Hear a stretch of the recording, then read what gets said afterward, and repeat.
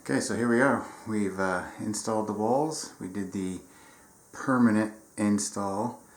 We attempted the permanent install with these Utile shower walls, and the back wall went on okay, this side wall went on okay, this side did not, and I'll tell you why. The gap over here is about 1/8 of an inch, give or take. This one was about 1/4 of an inch right in here. The walls were plumb. When I put them on, the studs are plumb, everything's level. Get over to this side, and for whatever reason, right in here, right where that U-lock system is, did not want to pull it tight.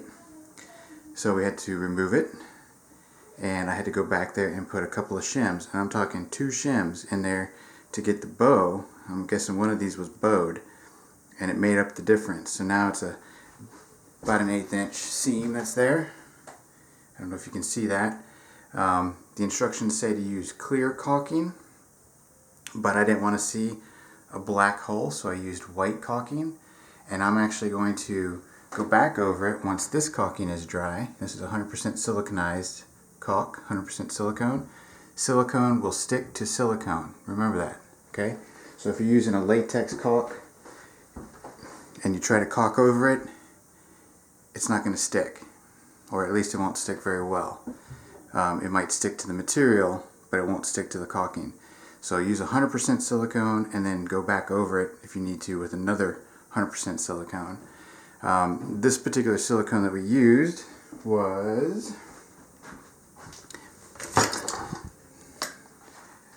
DAP Quick Seal. This was like the $5 tube, and I'm going to be honest with you, it sucks. Sucks. Not happy with it. I usually use GE's Advanced Silicone. The reason I didn't use this is because it's clear, and like I said, I wanted white. I'll probably use clear along the trim kit and everything for the shower stuff. And that does look like it sticks out pretty far. We're going to get this trim kit installed and see how it works out.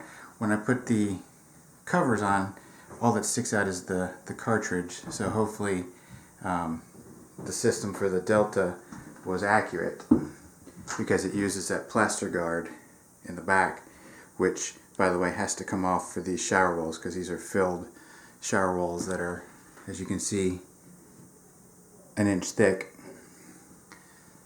Alright, so we're going to go ahead and get that dressed up, let that silicone dry for a few hours, maybe overnight, and then we're going to come back and I'm going to do a little bit more framing on this side, because as you can see, the 2x4s don't come out to this flange here. I'm going to put a 2x6 here, so I have something that drywall will mount to. Try and get it flush, or a little overhang here, so that if necessary I can put a corner bead or drywall or something on this side. Depends on how much I have to come out this way.